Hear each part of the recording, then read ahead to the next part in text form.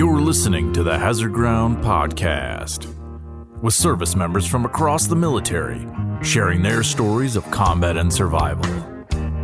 And now, here's your host, Mark Zinno.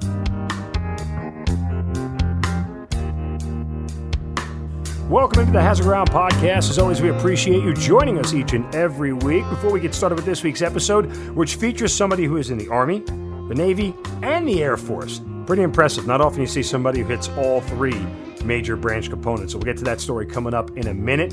Want to again remind you guys that we have some big news coming. We are super excited about it, and I know you guys are really annoyed because we haven't told you exactly what it is yet, but it is coming very, very soon. We are excited. We're going to take this podcast, this show to the next level, add in some new features that you guys are really going to like. So stay tuned. We have big, big news coming up.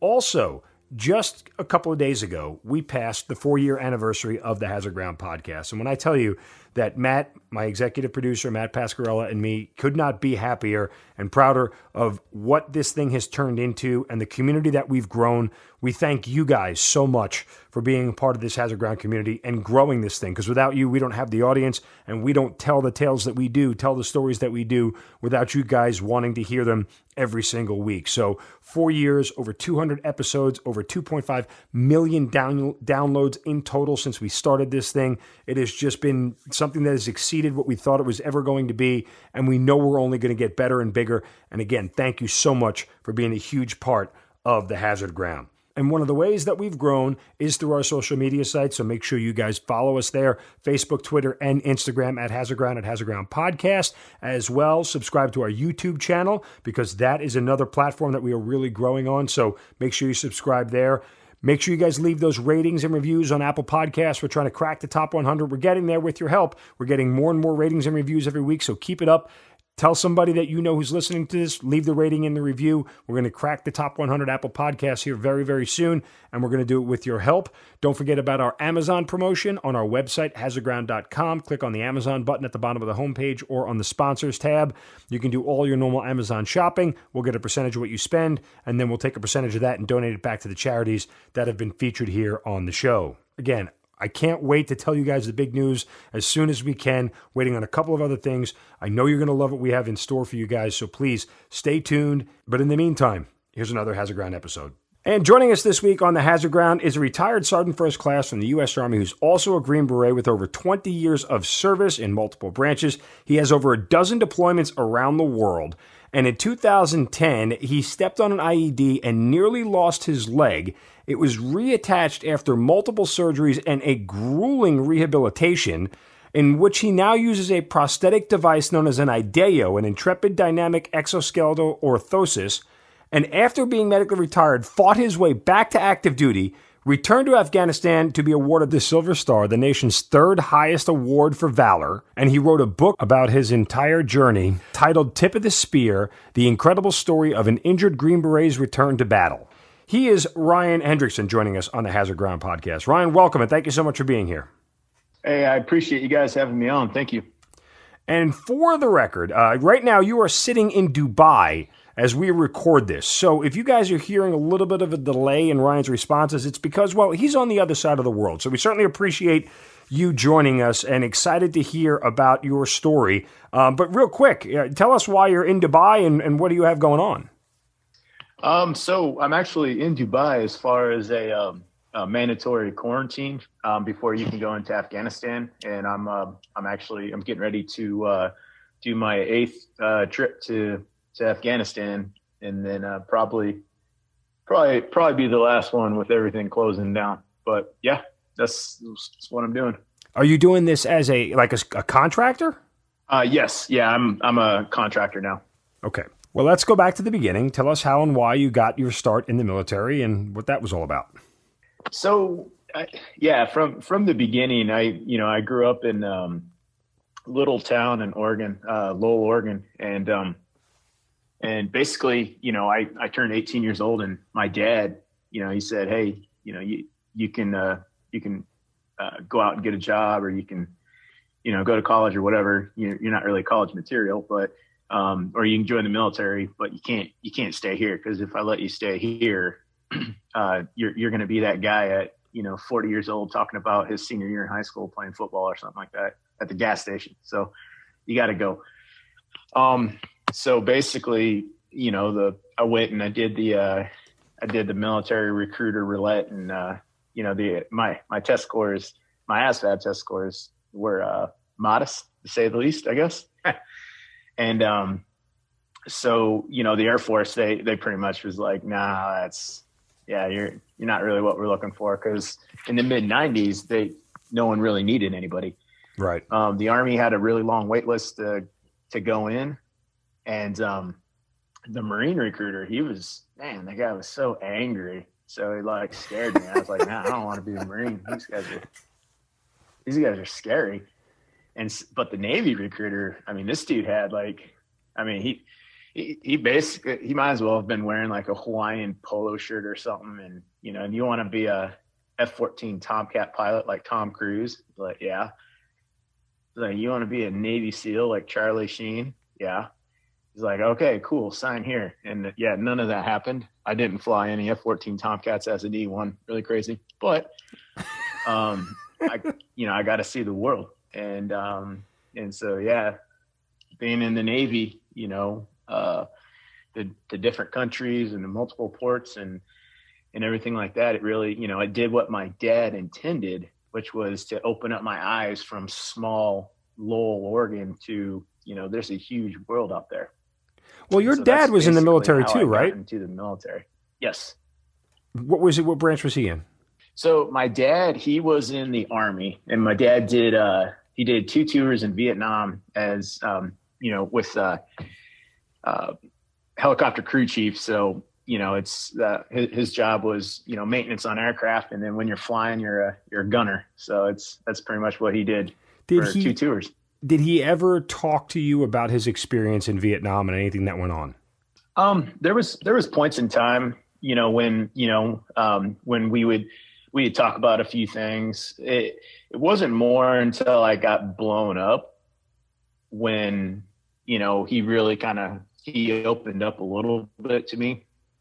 But, and obviously writing the book, he had to make sure that, I wasn't putting him on this pedestal that he didn't feel like he belonged on. But yeah, it's, I learned the hard way about jumping out to scare my dad as a little kid. That's a big no-no for a Vietnam vet. Yeah. Just stuff like that. Yeah. So you start your career out in the Navy. What's your first duty station, your first job, where you're going? What year, month is this all taking place?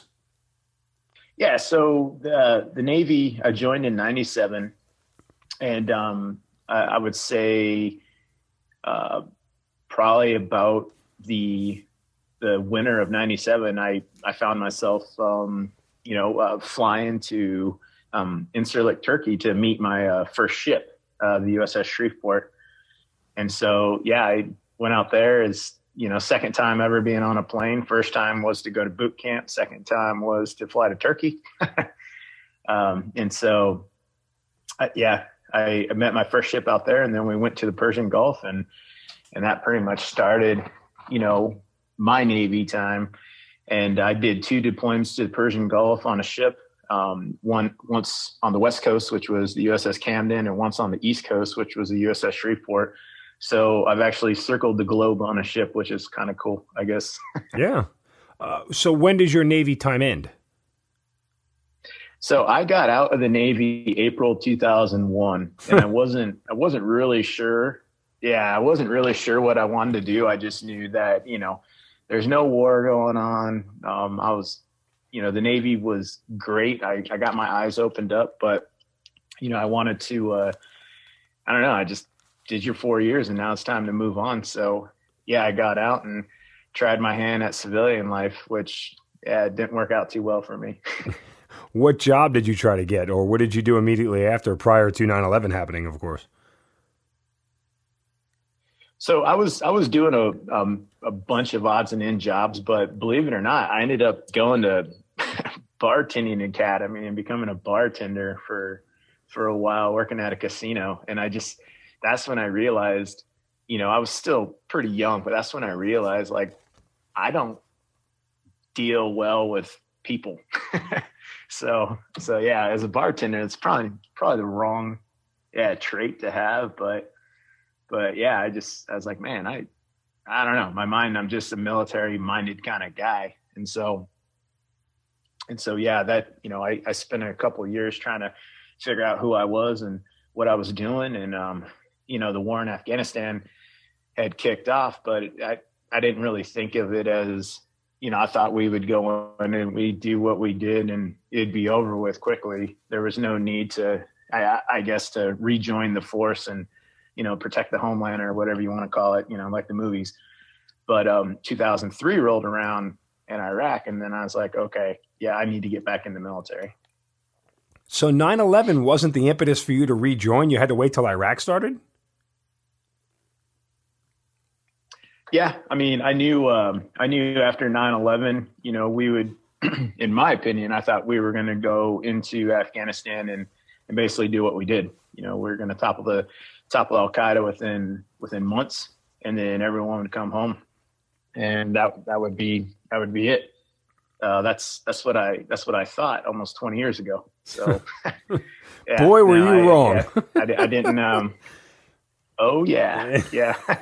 I didn't really think it was going to end up being, what it turned out to be. But then once Iraq campaign kicked off, that's when I realized, like, okay, this is something, and I need to be a part of this. And so, yeah, after, I think January 2003, I decided between, me and my ex-wife, we decided that I joined the Air Force because she was prior Army and she didn't want me being in the Army. So the only other one, since the Marines were so scary, was join the Air Force.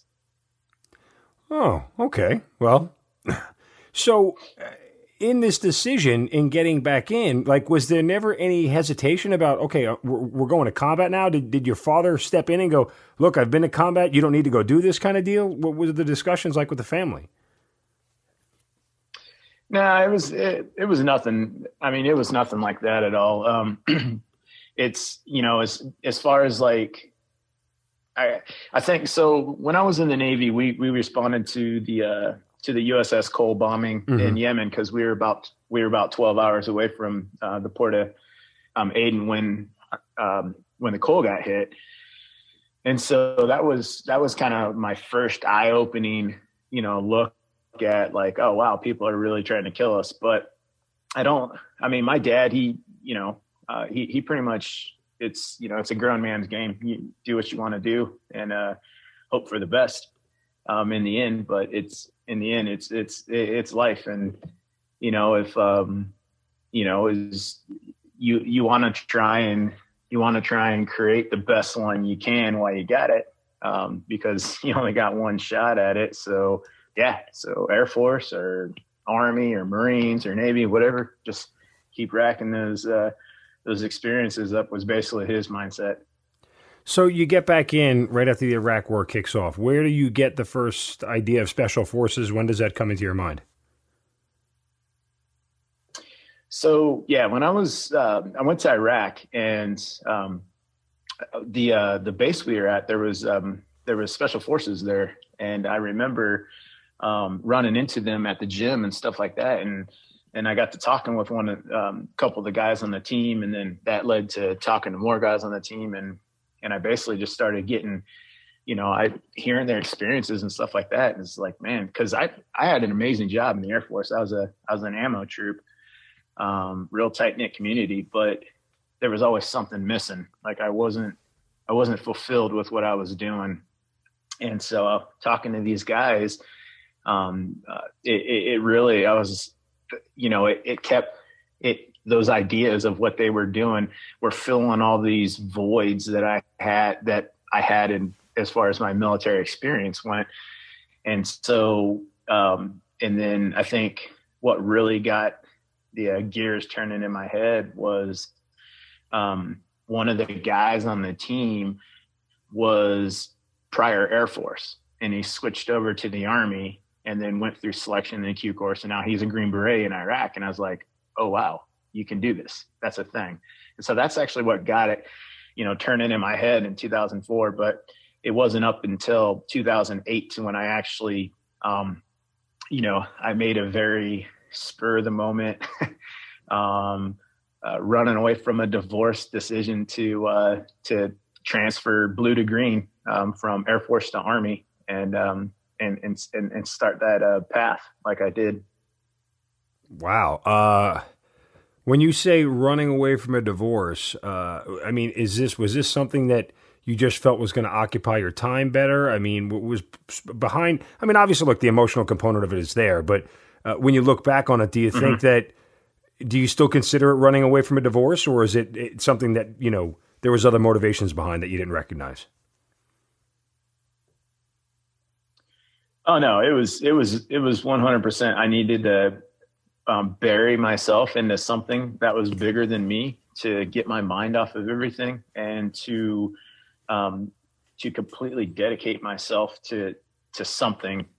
And in the Army, it was perfect timing. To tell you the truth, I mean, yeah, it's a crappy situation, but it was perfect timing because I threw myself 100% into training, everything. And yeah, I think because of the timing in my life is why I was so successful, going through selection in the Q course and everything that led up to it and everything that happened afterwards. But, you can run, but in the end, you're going to get caught, and you're still going to have to face whatever you were running from. So yeah, I ran for a long time, and then yeah, basically made it through, became a Green Beret, and yeah, started my second chapter of my life. It's interesting. The irony isn't lost on me that most people get out of the Green Berets to avoid divorce. You got into the Green Berets because of a divorce. So there's some symmetry there, yeah. I think. Yeah. All right. So in a poetic kind of right. way. So this all starts for you in 2008, and it's about an 18-month to 2-year process when it's all said and done between assessment and selection and the Q course. So when do you actually become a Green Beret and get to a team? Yeah, so when I joined the Army, I had to go through infantry basic, airborne school, and all that stuff. But from flash to bang, I think I graduated in February of 2010. Wow. And went to 7th Special Forces Group. So that's quick. I mean, all things considered, it wasn't, that's as fast track as you can pretty much go. Yeah, 100%. All right, so you go to 7th Special Forces Group, and then what do you immediately deploy once you get there?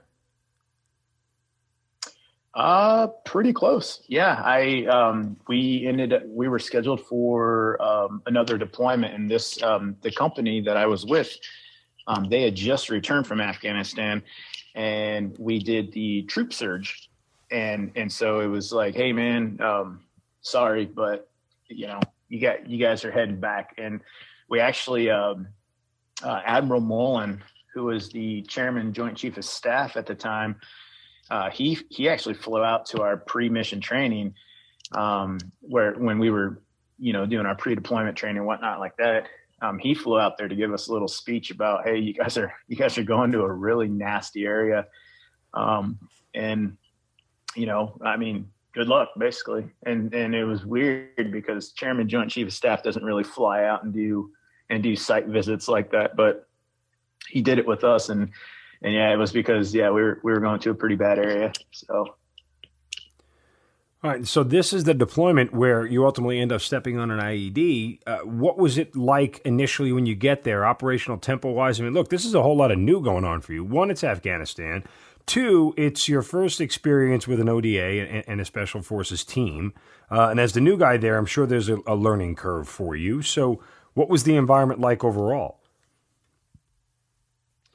It was. I mean, it was. I was completely a fish out of water because I had been on a ship in the Navy, or I was basically on the flight line in the Air Force, and now all of a sudden, we're out on missions, and it was 3 days in the country, and we got in our first firefight, or troops in contact, and the vehicles all got shot up real bad, and it was just such an adrenaline rush, but it was amazing. I loved it. I loved the adrenaline rush. I loved the excitement. The 7.62 cracking around and stuff like that. I know it sounds really stupid to a lot of people, but it is a rush. It's a high. And yeah, slowly I got addicted to, I guess, combat, as you could say it, in a weird kind of way. But yeah, completely culture change for me. In that sort of high you speak of, and there is an adrenaline rush in combat. We talk about it a lot, right? I mean, some people view it as that kind of adrenaline rush that's exciting. Other people view it as the adrenaline rush that is fight or flight. But it is there, and I think it's a real thing. But did you ever think back, as that firefights end and bullets are done flying before you get injured, that the running you did away from the divorce was the best thing you ever did? Did you ever compare those moments in your private time? No, I didn't really. I didn't really. I guess in a way of saying it for the listeners, I didn't really man up and take control over it. I just kept burying myself into other things and pushing away. I mean, flat out, my immaturities that had led to the divorce. And I just kept blaming things on, this is the reason why. I mean, basically I kind of relished in the victim mode, if that makes any sense to you. No, sure. Totally. Yeah, I just kind of, I didn't really address it, and I needed to, but, I just kept burying myself into everything else. And hey, I'm this badass Green Beret, but, inside you're still a kid. Yeah. Well, and again, mentality and stuff like that. I asked that just because the emotional component of it all, like you said, you can run, but it catches up to you. And I was curious if it caught up to you at any point in time while you were there, like while you were in the combat experience. I mean, that can be somewhat debilitating at times. No, it didn't catch up to me until after I stepped on the IED, and that's when I had, obviously my life had been changed, and I had a lot of time to figure out exactly who Ryan Hendrickson was. And I started to figure out that I didn't really like who Ryan Hendrickson was. And so, yeah, that didn't actually happen until after the IED. Oh, gotcha. Okay. Well, let's get to that date. It was September 12th, 2010. Is it a normal day when you wake up? Are you going on mission? Can you kind of describe the events surrounding it? Yeah. So September 11th, we had kicked off a big clearance operation along the Helmand River. And if anybody listening to this knows about Afghanistan, Helmand River is real bad area. And so September 11th, we kicked off our mission. It was getting into early morning hours. It's transitioned to September 12th. And we are my clearance element, there was I think there was 4 or 5 ODAs up and down the river clearing different areas. And my team, we were responsible for clearing a village, Sartutu. And so we're waiting, we get the green light to, we're positioned, we're postured, whatnot like that, get the green light go. And so we start moving, the click or whatever towards the village. And we get to the outskirts of it, and there's no movement, there's no people, there's no lights, there's no fires. And so everybody knows that's a bad thing in Afghanistan. Yeah. You're either walking into an ambush, or the village is littered with IEDs. So we had moved up to the first set of compounds. We were about 25 meters from them. And so I said, okay, I told our interpreter, Nick, I said, hey man, get our local police that we have with us, and let's start clearing these compounds. We don't want to be out in the open when the sun comes up, and it's already like 3 a.m. and you start getting that glimmer of light about 4, and then 4:15 you're taking your nods off, stuff like that. But so yeah, we I told them let's go, and and he had relayed the message, and they weren't going to move. It's like, okay, that's not a good thing. I was like, what's the problem, man? And he said, they don't want to go. They say it's too dangerous. I said, well, no kidding, it's dangerous, man. It's Afghanistan. These guys have had visual on this village for months, if not years. Like, let's go. And he relayed the message again. And they said, no, Americans have to go first because it's too dangerous. I was like, you gotta be kidding me, man. So I turned around to relay all this to the senior guy that was with me. There was 2 Americans per every probably about 12 Afghans. So I turned around to relay this information to him, and he, we're still being kind of hush hush because we think we got the element of a surprise, even though Taliban knows where you're at. And, but it's good. It's good field practice. And so he whispers to me and he goes, hey, tell Nick to get away from that compound. And I looked down, and Nick had ran down to the first compound, and he was kind of like messing around with the first compound. It's not really a door. It was a bunch of sticks lined up against the main entrance point. And I looked back and I was like, oh crap, because, the ground hasn't been cleared yet. And so, if you lose your interpreter, you can't communicate with your indigenous force. You can't communicate with, and everybody listening kind of can see how things will spiral quickly out of control on a mission. So, I started moving down to the area that he was in, and we all knew that there was IEDs all over the river, all over the river banks and the river area and whatnot, and in the villages. So I start moving down to where he's at, and I finally, I reach him, and I'm like, holy cow, man, that's the longest 25 meters or 20 meters I've ever covered in my life. But I reached him and I was like, hey, man, this is the wrong answer. We need to move back now. And he's like, no, we can get him in the compound. I was like, no, we need to move back, regroup. This area is not cleared, bro. And so I had grabbed him by the back of his collar and I pulled him back. And because you never want to have, any part of your body, exposed to the opening of a compound, or as we call it, the breach, I turned to face the breach. So my M4 was there in case I needed to start putting rounds downrange. Because right now the threat area was what I couldn't see behind those compound walls. And I turned to put get my muzzle at least to where I can start engaging targets. And I stepped to, I want to say the right, just to kind of get a better look around one of the blind spots I had, and boom.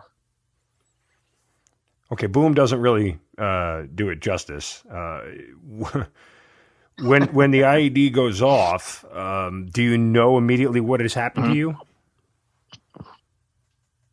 No, I didn't really know what happened to me at first. I remember, so the IED went off, and I didn't even know it was an IED because, your mind builds up like what you think an explosion is going to be like, and you see all the movies, and there's these massive fireballs and everything like that. But when you step on one, and I don't recommend people like going out and trying to debunk my theory, but when you step on one, you're kind of like in this little cone to where I don't know. It didn't sound as loud as I thought it was going to. And so because of that, I was like, what just happened? Maybe took an RPG or something like that. I was like, wow. But I couldn't, I remember like I was on the ground and I couldn't breathe. The amount of dust and the ammonia from the homemade explosives and everything like that, I couldn't breathe. And I was like, holy cow, if I don't get out of here, I'm going to suffocate. And so I kept trying to stand up, but I couldn't. So I'd stand up and fall over, stand up and fall over. And so now I'm getting pissed. I'm like, what is going on here? Like, what is the problem? It still hasn't started hurting yet. And slowly, and by this time the sky is already blue. The sun's not up, but it's that time when you can take your nods off because you can see just fine. But yeah, as the dust started to settle a little bit and I looked down and my boot was at a 90-degree angle to my leg. And I remember thinking, I was like, I don't remember taking my boot off, but I couldn't really figure out, because your brain doesn't tell it. It's you can't comprehend what's going on because it's not natural, believe it or not. And so my leg is at a 90-degree angle, and I'm just like, I don't understand what just happened. And so I picked up from behind, I both my hands underneath my knee, and I picked my leg up, and my boot had flopped over to the side to where basically my toes were hitting the back of my hamstrings. Oh. And then I looked down and I saw my uniform bottoms, my pants, they were just shredded, and there was these two pearly white objects sticking out. And I remember I couldn't figure out what they were because they were so white. And again, you can't comprehend what's going on because it's not natural. We don't just go around having our tib and our fib sticking out of our pant legs. So you can't recognize it right off the bat. And then when it actually hit me, like, oh, I just stepped on an IED, then, I was started, I'm hit. And that started a whole nother, process of actually trying to get to me, because if anybody knows anything about the enemy, they are going where there's one IED. I mean, the saying we have several. On the team is where there's one IED, there's 5. Right. They're daisy chained together usually too. There's several. I've ran into a lot of those, yes. But in some of the instances, what they like to do is they don't necessarily want to daisy chain some of the areas, because they're hoping that a person will hit one of the devices. You hit the device, and then there's a whole bunch of other devices that are in the surrounding, area to where they've pretty much predicted U.S. troops are going to go to support their fallen comrade. And basically it's a brilliant move on the enemy's part, but they play off of our tactics. Unwavering. Yeah. Well, they play off of our unwavering devotion to human life. And if we have a buddy, we will send 100 men out to recover one person, knowing the risk that those 100 men could also get a guy. You know what I'm saying? No, yeah. Totally. Human life and what it means. What it means to us. They play off that. And so, they'll litter the area with secondary IEDs, toe poppers, and just hope to get a mass casualty there. And then if they can do that, then initiate an ambush, and it's a bad day. Right. What happened to Nick, your terp, when you stepped on the IED? Because you were pulling him from his collar, right? Mm-hmm. So he had some superficial, from the blast fragment and whatnot like that. He was bleeding a little bit, but he was still able to walk around. He was just in shock because this IED went off in his face. And so, I remember yelling at him, telling him to quit moving, because he was kind of staggering around. And it's like, stop moving, man. You're going to blow up another one, and then I'm going to get fragged again, and I don't want to. So he took a seat right where he was at. And I looked back, and the other American that was with us, he's on the radio, yelling, man down, man down. We got to, eagle down, eagle down. And everybody knows that's you don't want to hear that over the comms. And he was like, hey man, one of the instances was kind of funny. He's like, don't move. I was like, where do you think I'm gonna go, dude? but yeah, they couldn't just rush. They couldn't just rush to me, because it sucks. But having that discipline and understanding your operational environment is key to successfully, to saving lives. And if people would have started running to where I was at, when they went back into the village, that whole courtyard was IED'd. And so other people would have gotten hurt, if not killed. And so they made the correct call. But let me tell you what, it's a lonely, lonely feeling when you're up there and no one's coming for you right off the bat. Oh my gosh. Do you start to go into shock Like, physically of what's going on with your body? Yeah. So I know shock was one of the biggest issues that I was having. And so when the team finally got to me, I remember I was just trying to, I was just trying to go to sleep. I was like, I just want to sleep. And one of the guys on our team, George, he kept slapping me and it was just pissing me off. But I just wanted to just fade away and go to sleep because it's like, wow, this really hurts. If I can get some sleep, I'll wake up and it'll all be better. Right.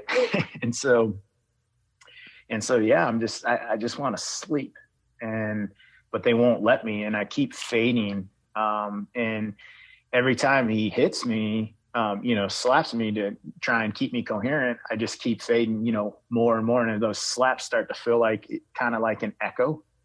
And I'm just like, yeah, I want to go to sleep. This hurts bad because they hit me with the morphine injector and I broke out in hives everywhere. So I was like, figured it out there. And then,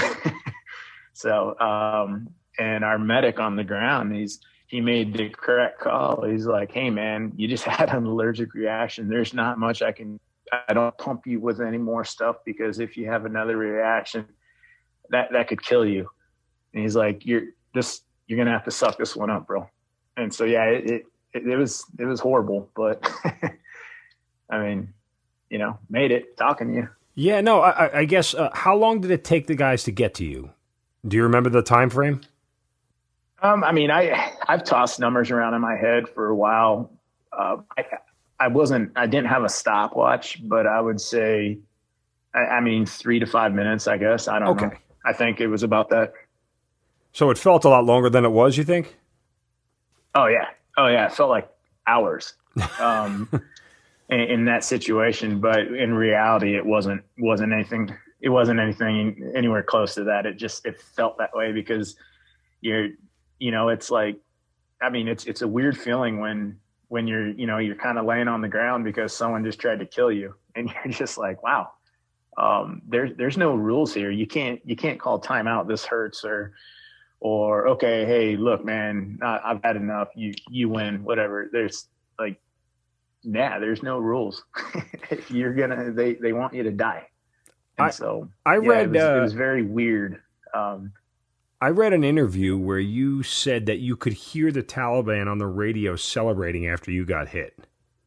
Oh yeah. They came up over ICOM chatter and they were, doing their celebration, basically, hey, we got one of them, infidel, whatever, blah, blah, blah. But yeah, they were celebrating it. And then the scary part was they were saying, hey, let's move the ambush in. And so they were moving to ambush us. Our overwatch position was already in a tick. They were already taking fire from all angles. And Taliban were trying to move guys to us to ambush us and as close as they could get to us, because the closer you are to Americans, less likely we are to drop bombs on you. All right. So what is the last thing you remember seeing, hearing, who you were talking to before ultimately they put you out to start performing, at this point, what we're thinking is leg-saving surgery, right? Yeah. I was awake for the entire, trip the helicopters couldn't land where we were at. So they had to pick me up, move me about 500 meters, to where we can get an HLZ that was free of IEDs. And so, yeah, I was there. I remember most of the flight. And then I remember when I got to Tarin Kaut or TK, nurses came out and they were trying to cut my clothes off and all this stuff. And I was fighting them and whatnot, cause I wanted to keep my shirt, cause I figured it was my lucky, Oregon Ducks, football shirt. And yeah, it got cut off regardless. But I remember one nurse, I remember her saying like, hey, he's in bad shape. We need to get him back or he may not make it. And I was like, well, if I can hear you saying all that, then I must not be as bad as you think I am. I don't understand. Why would you say that? And I had actually met her years later.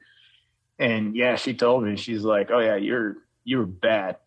Shock and everything. I don't really think I was that bad, but yeah, that was, I remember her saying that, and that's pretty much, the last thing I remember, someone saying before they put me under.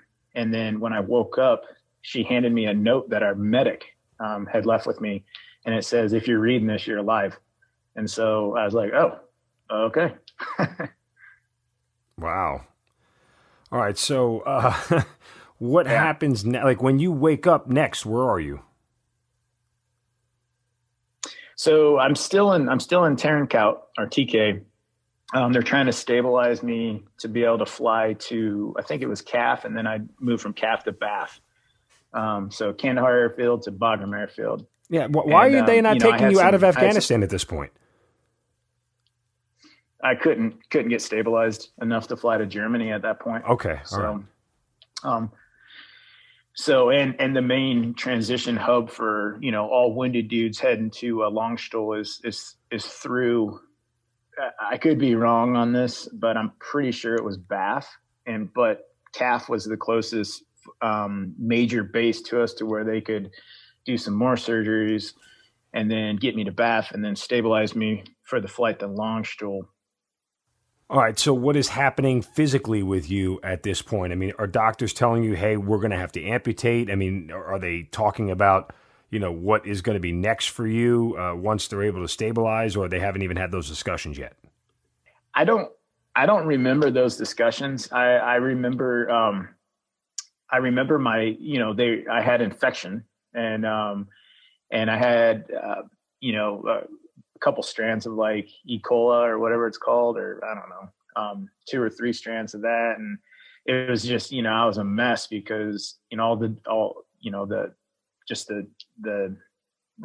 IED that just blew all that crap up into my, bloodstream and whatnot like that. But, they got me, there wasn't a lot of talk about that. I just remember one thing to where they had wound vacs all over my leg to keep, whatever they do, I don't know. And they didn't want to adjust anything like that until I got to Germany, and then Germany can make the call on whether or not they were going to amputate or whatnot.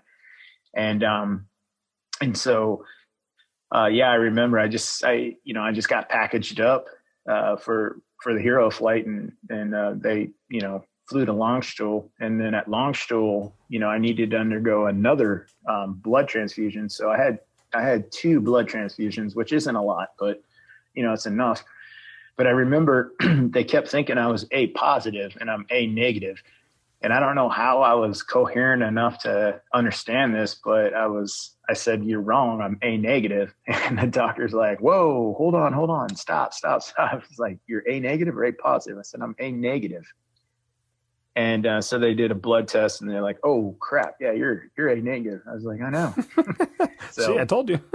so that was kind of a Longstuhl thing right there. But I think, when I was at Longstuhl, and again, this is all through the eyes of an extremely medicated person. But I think at Longstuhl, their thought process was to keep my leg intact until I could get to the States. And then, at a major hospital in the States, they could go through the amputation process or whatnot. So, that was, to the best of my knowledge, that was the thought process behind how I was able to, because on the battlefield, my casualty card, which I still have, says below the knee amputee, and how I was able to hold on to my leg from Hellman, along the Hellman River to Longstuhl to Brooks Army Medical Center. I just think it's because the risk of infection was too high. They just wanted to keep wound vacs everywhere, all over it. So. Did you ever look down at your leg and go, holy, you know what? Like, oh my God, what happened? Oh yeah. I mean, yeah, plenty of times, but it was so bandaged up at that point that you can't, it was obviously I could tell, I had done something, maybe stepped on an IED or something like that, but it was so bandaged up that you just, it's hard to comprehend, basically the severity of it. It's unreal. All right. So let's get you back to the States and find out what's happening next. And because the rehab at this point becomes the challenge and the more grueling journey that you're on, correct? Oh yeah. Yeah. So get back to the States, and my doctor, my main orthopedic surgeon, I remember they came into my room one day, and they had an entourage of people all around them and everything like that. And he said, "Hey, I think we have enough tissue. We can salvage enough of your tissue to do this exploratory process called limb salvage." I was like, "Okay." And he said, "So basically, we'll try and successfully, I say reattach the leg because it was only skin holding it there, but we'll try to salvage this limb, and if it works, this is gonna do a lot for research, and this will definitely open up a lot of doors in medical research and whatnot like that, because your leg is the worst we've had. And if we can salvage this limb, this could benefit a lot of people." And so my mindset at the point was, once my leg is gone, it'll never come back. So I might as well, while I still have my leg, I still have choices. And so that's basically, I was like, yeah, let's do it. And they said, yeah, it's a small chance it's going to take.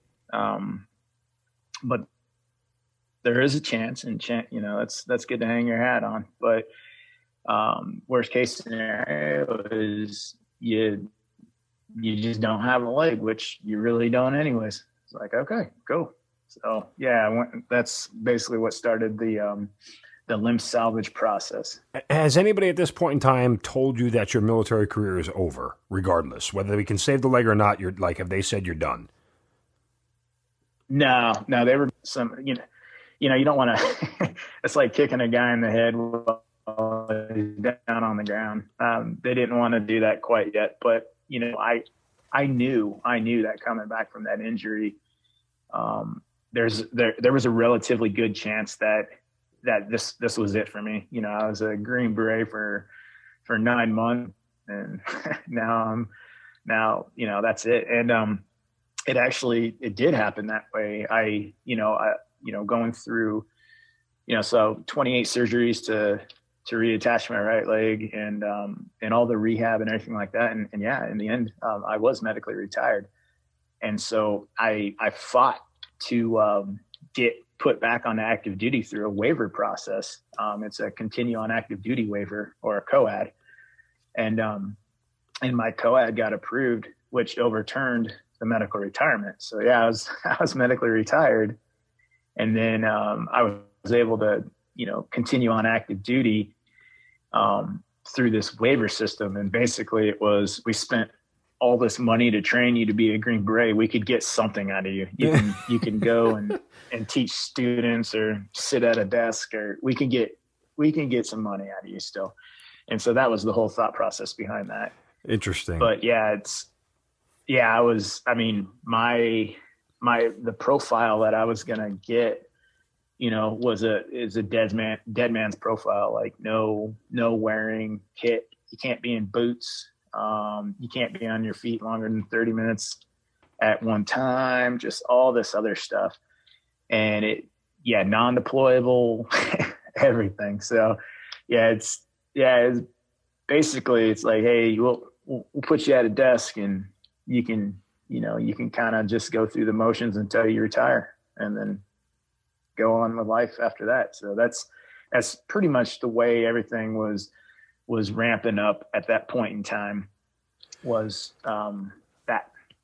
You're going to go through this process of trying to reattach your leg and put it back together for you. Are you feeling good about the slim chances of this going into it? Do you think that there's a realistic chance they're going to save your leg? I didn't really think that much into it, to tell you the truth. I knew that, I mean, it's hard to, with all the meds that you're on and everything like that. And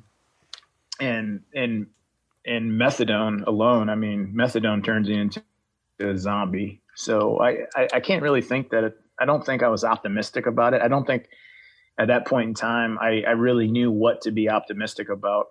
It wasn't until later on when, guys that were coming in that were below the knee amputees, they were rehabbing at just crazy paces and getting back and taking off. And I'm still here in a wheelchair. I'm just like, wow, what am I doing? Like, why am I doing this? And so, yeah, the discouragement came, a little bit later on, but right at first, I don't think I was really like optimistic about anything. I was just kind of going through the motions. I mean, you have over 20 surgeries on this thing. Mm-hmm. At what point, when you start to get like 5, 6, 7, 8 surgeries, are you like, man, we should just cut this thing off? Or you never actually thought that? No, I did. I did multiple times. And every time I'd go in for surgery, I remember waking up and I would always just like slowly look down to see if my leg was still there or not. But no, there was times when I was just like, all right, this is enough. Like I'm tired. I'm tired of getting cut on. I'm tired of, just this whole thing. But I don't know. I don't know. For some reason, I just, I could have pulled the plug anytime I wanted. I don't know why I didn't. It's not because, I mean, people may think like I had this drive to defy all odds and all this other stuff. I don't think it was anything like that. I think it was just the fact that I was just like, well, this is the path they told me I'm going on. And so I'm supposed to go on this path. And so I'm going to do it the best I can. When is the first light at the end of the tunnel that this may work out in your favor? Like, is it, 18 surgeries in, 20 surgeries in? Like, what are we doing here? I don't ever recall a light at the end of the tunnel, and the amount of surgeries. And I remember that, well, maybe I do. I remember that they came in, I had skin grafts all over my legs and the bottom of my foot. And, they said, hey, most of the time these skin grafts, they don't take the first time. We got to keep going in. And, they have the heat lamps over everything, drying it out. Cause they basically take a potato peeler and peel your skin off and then place that skin, where all the damage is at. The way you described that was really gross, by the way. Yeah. Yeah. So it's a visual I didn't need. Yeah. And so they got the heat lamps everywhere. And I think, I remember that my skin grafts were taking, and they were healing quickly, and they kept coming in. They're like, wow, this is remarkable. Like you're healing extremely fast. And so, I started, they started calling me Wolverine, but that's when I started figuring out, like, again, I didn't know the gravity of the situation, like how hard and the gamble they took to salvage my leg until later on. At this point, I just thought this was what everybody does. So, okay. Wow. So when do you first hear the term, IDEO, intrepid dynamic exoskeletal orthosis? So the IDEO was the reason why they started, they really were going all out on this limb salvage, because basically for what they would have amputated on in the past, now there was an IDEO device that could replicate a prosthetic limb, letting you keep your, God-given limb, and you still have, some of the mobility that you would have with a prosthesis, and you still have your leg. And so so I knew about the IDEO for a while, but I didn't know exactly how liberating it was going to be, when I got fitted my first time and I strapped it on, and all of a sudden I had, power. I had a calf again. I was able to push off and all this other stuff. And so, that's when I realized, like, oh, this is why they do limb salvage. This is great. So when you finally get done with all the surgeries and the IDEO is there, when do you start the actual physical rehab of this whole thing? Like from the day you got injured to the point you start rehab is how long time frame wise? Oh, so day I got injured to the day I started rehab. I mean, I think I was going to the physical therapy. I got injured in September. I think I was going to physical therapy in December. The IDEO didn't come into play until later on, but they're rehabbing you. Well, I'd say January is probably when I went to rehab, or when I started physical therapy. I was in the hospital bed for months, but I mean, I remember sneaking out of my hospital room and going down to that little hospital gym to try and lift weights because, as you know, I'm a meathead. And it was like, you know, I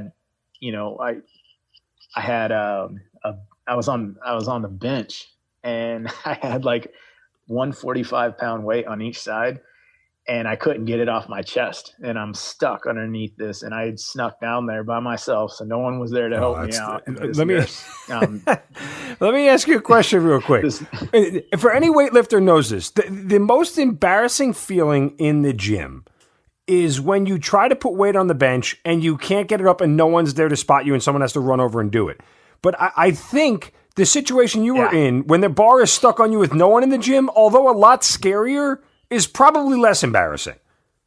So, I was on every cocktail of meds known to man. I had zero business being in the gym. Someone forgot to re-rack their weights. And so there was the bench had 135 on it and that was it. Something that everybody, you can warm up with that in your sleep. And so, coming from, gym is a big part of my life. And so for me, I didn't really think 135 was going to be all that much until I dropped it, basically on my face, and a nurse walking by, comes rushing in and then it starts this whole, like, what are you doing down here? You're not even supposed to be out of your hospital bed. And next thing you know, now I'm this renegade, guy that's sneaking out of his room to go lift weights. And man, I was hell on wheels for the nurses and those guys, because I just, I don't know. How'd you end up getting the bar off your chest? She came in and took it. Oh, okay.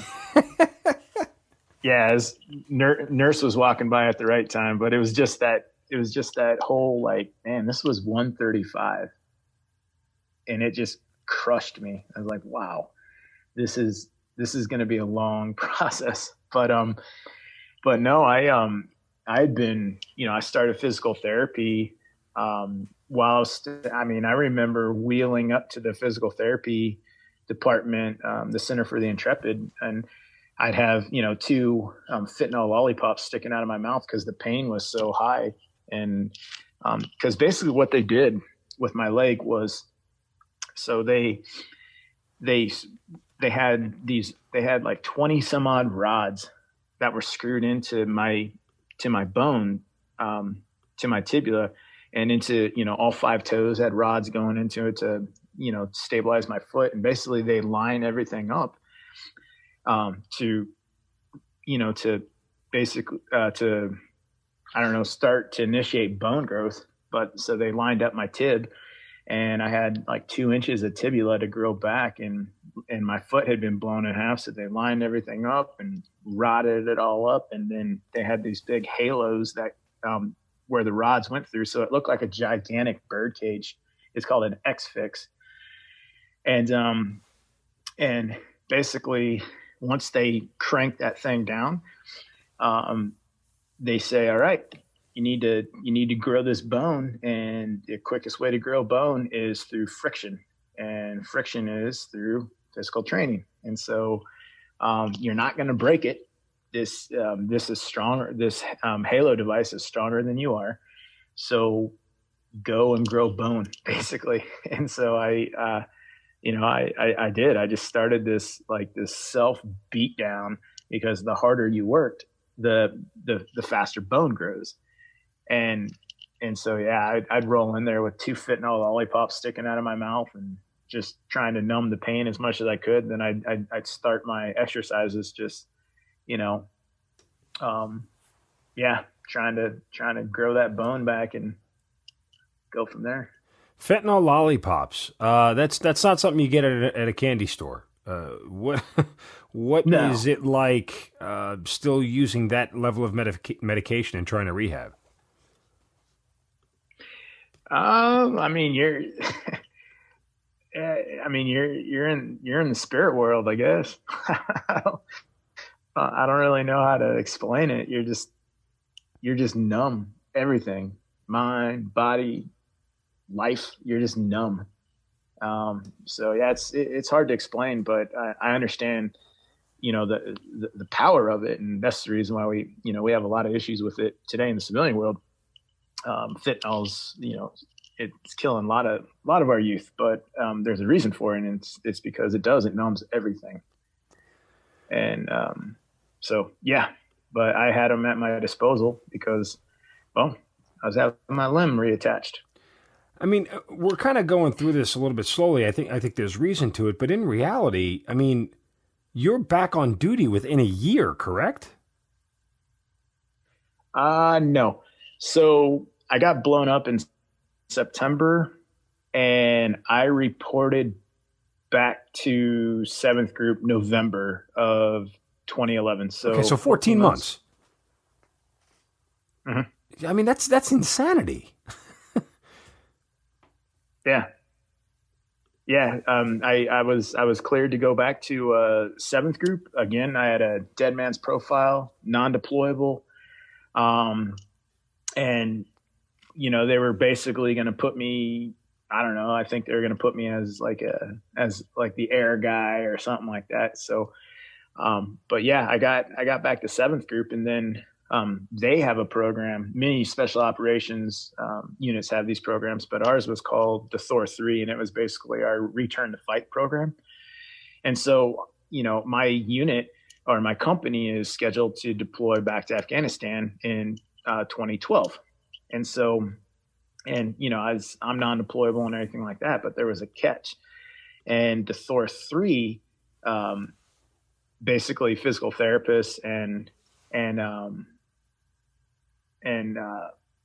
what am I trying to say? Athletic trainers and those guys, they run you through months of this return to fight kind of stuff, and if you can get their blessing, then yeah, 7th Group will override the non-deployable waiver and accept responsibility, and then you can return to fight, kind of like the program is. And so it's an extremely physically challenging program, whereas in you are you're getting just beat down by people that were athletic trainers and physical therapists and whatnot like that for sports teams and hockey. I mean, we had a guy that was he worked for the Tampa Bay, their hockey team, and he was there, that was his way of serving his country, was to come and rehab, soldiers like myself. And then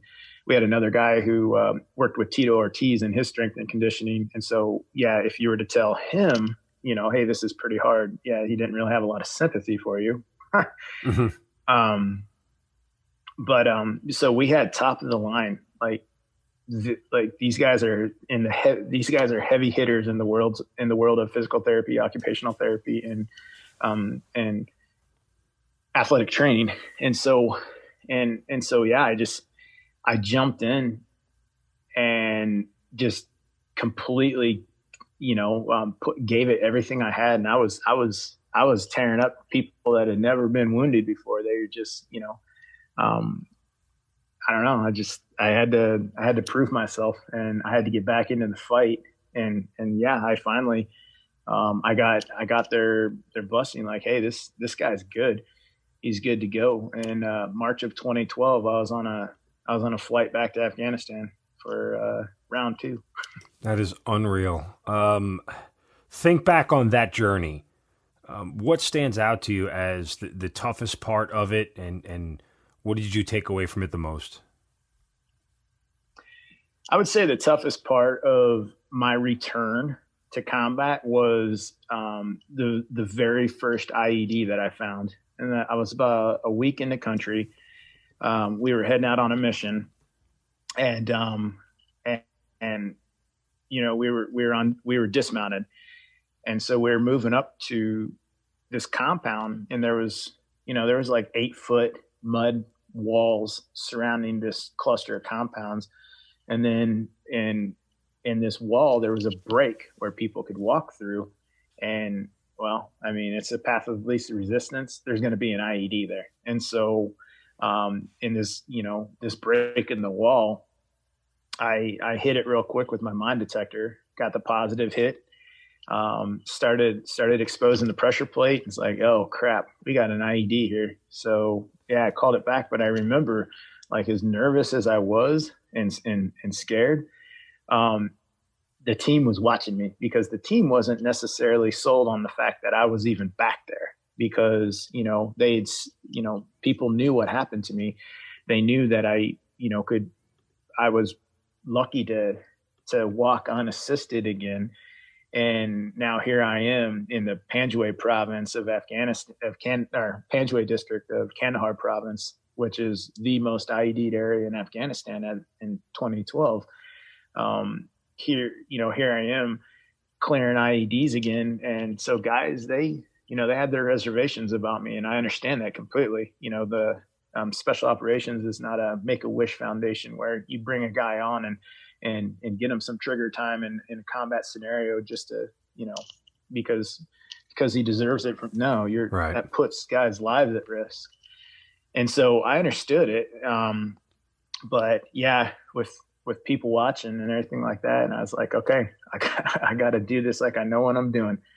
And yeah, as scary as it was, I looked like I knew what I was doing. And we pulled the pressure plate and blew the jug, and it was good to go. And I got my first IED back under my belt, and that was one of hundreds of that trip.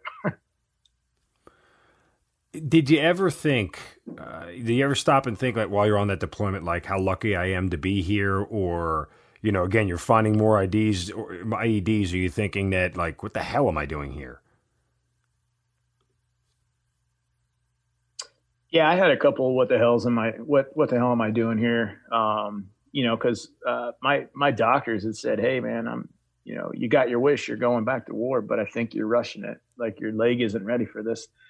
And me, I mean, I'm just going to do it and see what happens. So, but there was times when I wondered, what the hell am I doing here? There was other times when, the reality of the conflict and guys, kind of like having to prove myself all over again, because now, I'm coming in as with a lot of disadvantages in their eyes. And so, yeah, it took a lot, but towards the end, middle and end of the deployment, I really started clicking on all cylinders. And then I was like, okay, I'm glad I made this one back. I needed this to basically to prove the Taliban didn't beat me. I'm back. It was a speed bump in life. I didn't become a victim of it. Instead, I chose to own it and make myself better, and I'm back. But yeah, and there was a couple months there where I was like, what am I doing here? Let's fast forward to Afghanistan 2016, which ended up being another high point in your career. You were awarded the Silver Star for heroism in basically saving the lives of Afghan soldiers. Just kind of take me through the lead up to that deployment real quick, and what it's like when you get there, and then we'll get into the actual events of the Silver Star. Yeah, so I wasn't actually supposed to go on that trip. I was scheduled to go to Guatemala for a JSET, but they a different company needed an 18 Charlie, and I was an 18 Charlie. So I was like, all right.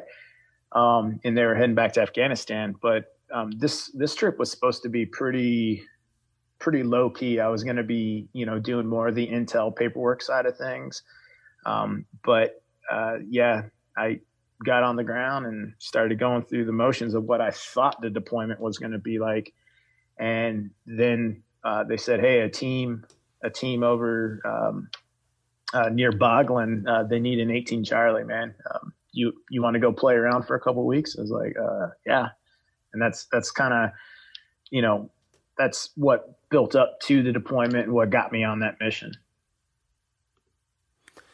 So when you get there, what is your mission? What are you supposed to be doing? And what is it day-to-day life like at that point?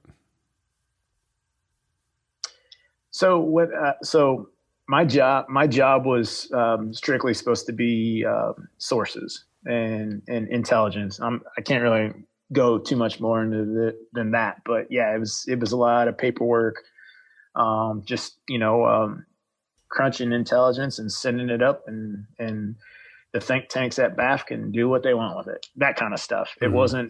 It was going to be a deployment to get jacked at the gym. And yeah, that's what I thought it was going to be, was that right there.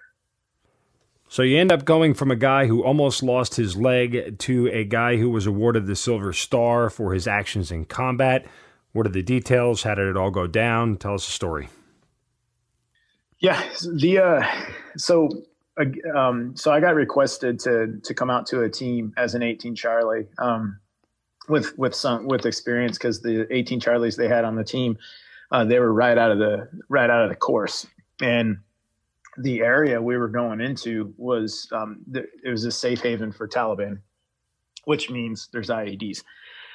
And so I headed out their way, and we did all the workups and the training for it, whatnot like that. And finally we get green light to launch into Boglin. And so, we fly to Boglin, and we're staying on an Afghan base there. And the plan was we were going to infill on the other. So there was a ridge line that separated basically the Jaroa forces from the Taliban forces. And so we were going to infill via Afghan army Humvees, because the Taliban, every time the Afghan army went in there, they would just kick the crap out of them. And so we were hoping, like, okay, they'll think we're just Afghan army, they'll initiate a firefight, and we'll just drop bombs and we're going to level this place.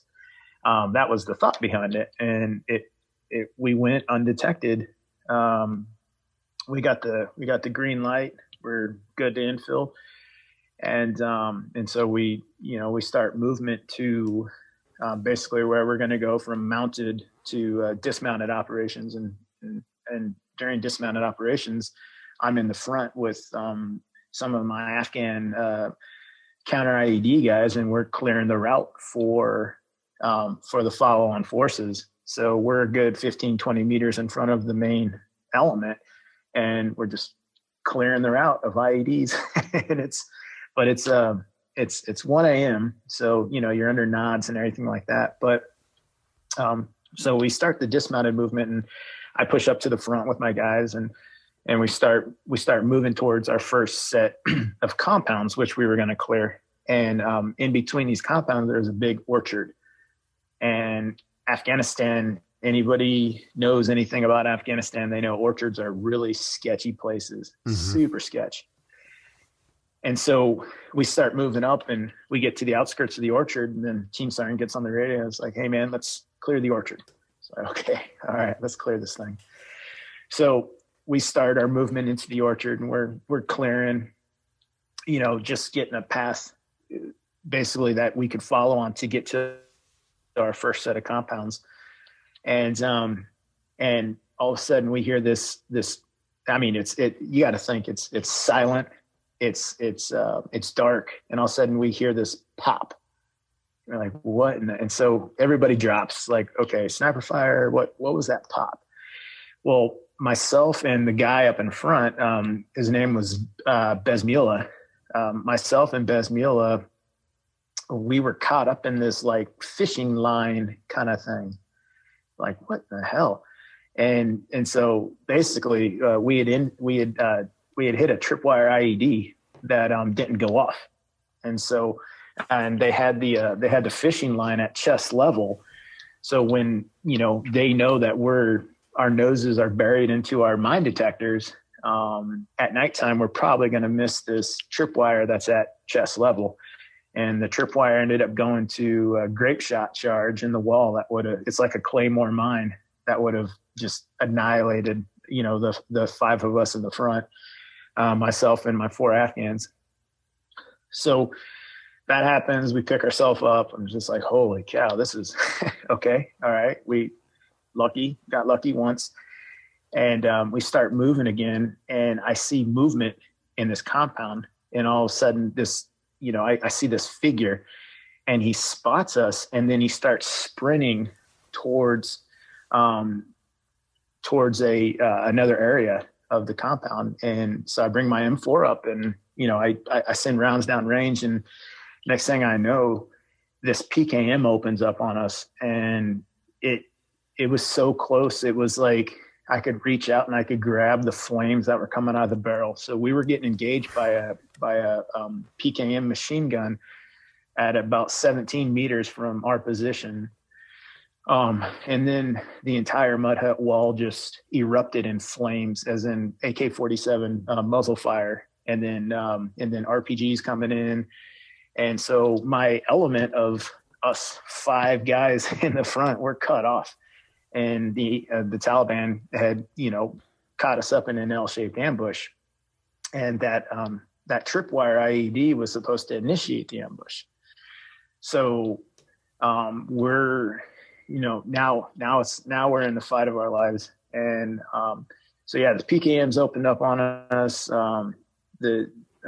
Numerous amount of AK-47s, and they can't quite figure out where exactly in the orchard we're at, but hey, if you put a lot of lead in one direction, something's going to hit.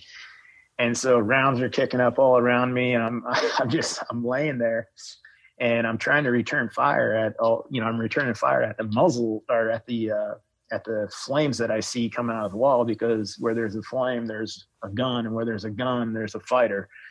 And so I'm trying to engage the best I can from the prone position, and my guys, they're all over the road just trying to return fire the best that we can. And then our JTAC comes over I forgot who it was. Maybe it was the JTAC. Somebody came over the radio, and they're like, Ryan, they could see your infrared strobe. And because I had an infrared strobe on my helmet, because I was the most forward American in the patrol. And they were like, Ryan, they have night vision. They can see your strobe. And so, oh crap. Well, the night vision they had was that real blurry green. You can't see crap, but they could see the flash. They could see the flash of the strobe. So I ripped the strobe off my helmet, and I kind of got up to my knees, and I threw it as hard as I could, as close as I could get to where that PKM was at. And I was like, hey, that's where we're taking the most fire from. So the situation we were in was pretty bad, because the main element was behind mud hut walls, because the orchard was surrounded by mud hut walls and whatnot like that. And so we were inside the orchard, while the main element, they were getting engaged, but they were behind the mud hut walls, so they couldn't really see us.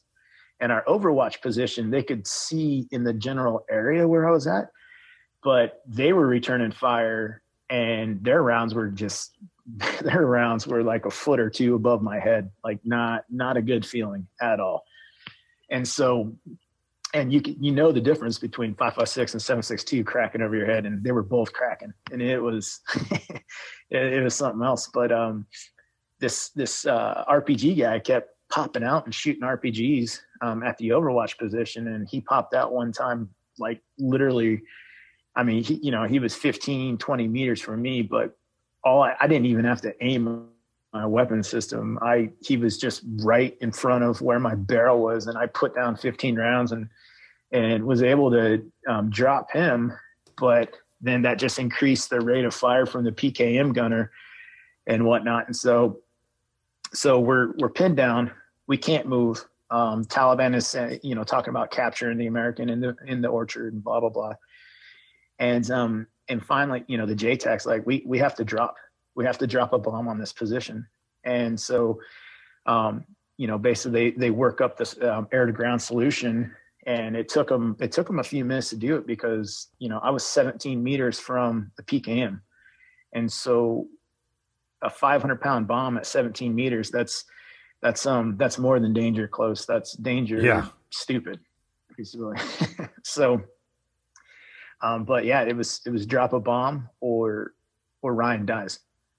And so, yeah, they got approved for it, fast mover inbound, and our JTAC gets on the radio and he's like, Ryan, this is going to be big, man. You need to stay down.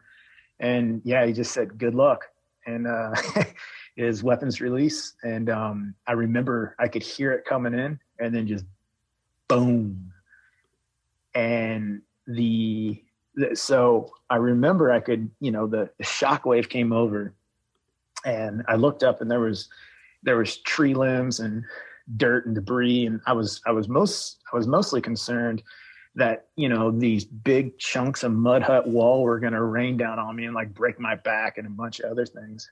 But no, I was spared from that. I got, just limbs and debris and rocks and whatnot like that. But I remember I kept trying to stand up after the first strike. And it was like an out of body experience. It was like my skeleton had walked out of my body and slapped me and then walked back into it.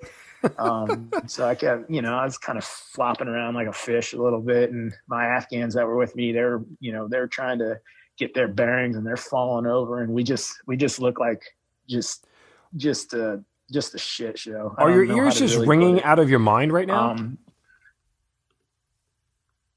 Well, yeah. So I couldn't hear anything at first. And then, finally I started to hear these faint voices over my radio, because I had the headsets on, and I hear these echoing voices like, Ryan, answer your radio, Ryan, answer your radio.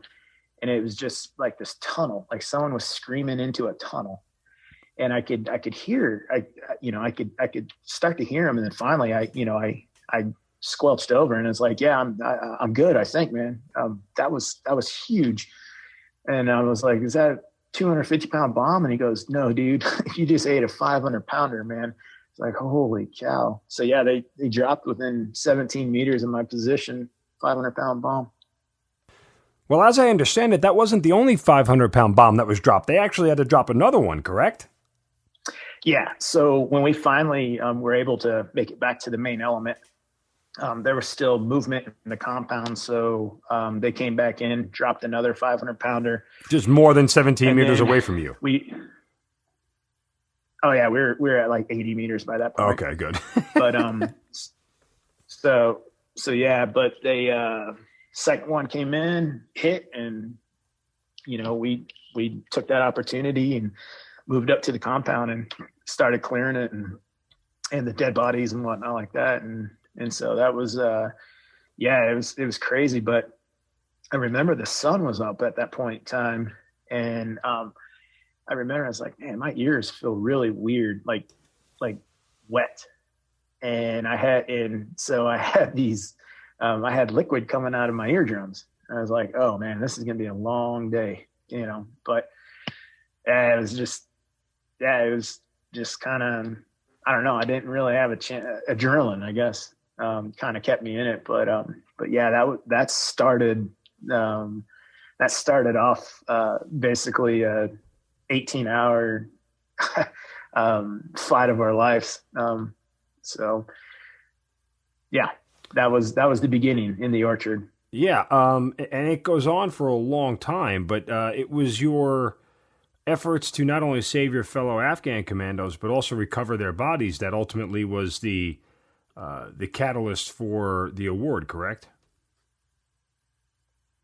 Yeah. So when we finished actually doing the clearance of the village, it was an absolute Taliban safe haven. There was, I remember myself, I blew up 17 IEDs, and the Afghans I had with me, they, over 50, there was 107 rockets, there was 4 or 5 107 rockets. There was, there was tunnel systems. It was just an elaborate defensive, village, I guess, because they knew that the Afghan troops were going to keep coming in and trying to take it. And so they were just completely, just fortified. And so we finished this clearance of the village, and we get to our LOA, our limit of advance. And it's like, okay, village is clear. Now we're going to need some troops to stay behind and hold the village. That's kind of what you do. You take ground and then you occupy it. And the Afghan commandos that were with us, no, we're not staying here. This place is dangerous. Well, yeah, I know. That's the reason why you have to stay. They're like, we're not staying. You guys stay. It's like, this doesn't work this way, man. If we were in Texas, I would agree with you, but we're not. We're in Afghanistan. And so it's kind of, so there's this back and forth going on between our team leader, our team sergeant, and the commandos. And one of the commandos came up to me, their sergeant major, with an interpreter, and he said, "Hey, my guys are saying that there's like 10 to 15 people moving in this direction." I said, "Well, people, like who? Villagers?" And he goes, "We're not sure, but I don't think they're villagers." I was like, "Okay, well, yeah, okay." So I told the team sergeant, I was like, "Hey man, we need to roll, man. We got dudes coming into this area." And he's like, "Okay, yeah, we're wrapping this up. We're leaving. If you guys stay. If you don't, whatever. We did what we came here to do, but we're withdrawing." And this Afghan came up to me again. He's like, "Hey, yeah, my guys saw them and then they disappeared." Like, okay, they disappeared. I'm confused, but okay.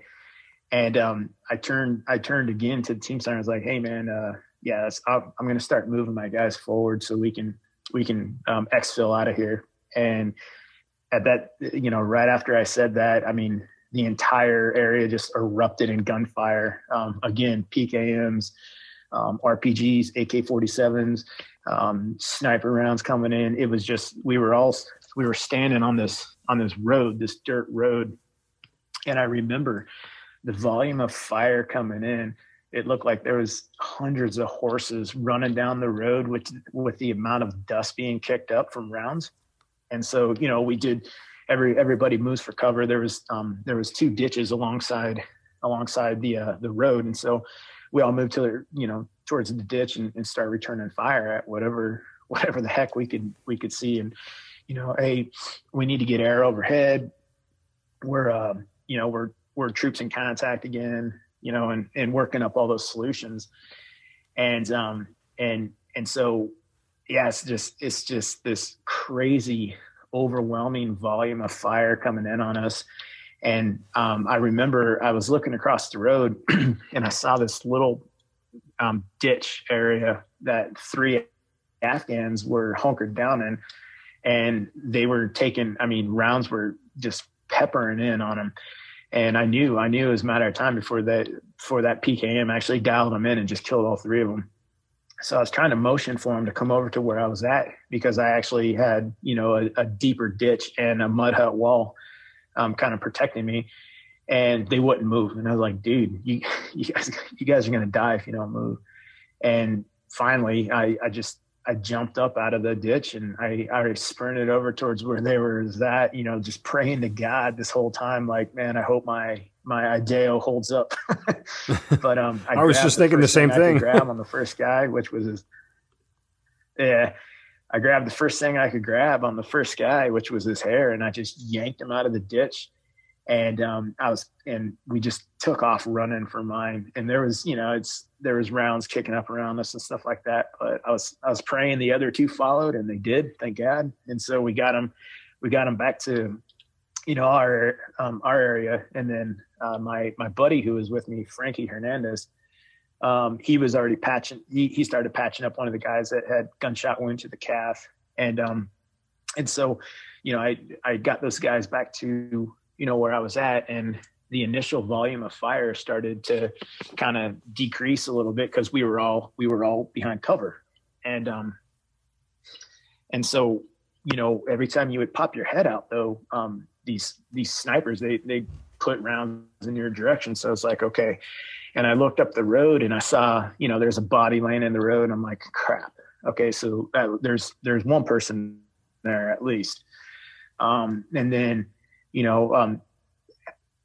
over, I start to see, other Afghans coming in that have gunshot wounds and whatnot like that. And then you hear the dreaded radio announcement, Eagles down, Eagles down, Eagles down.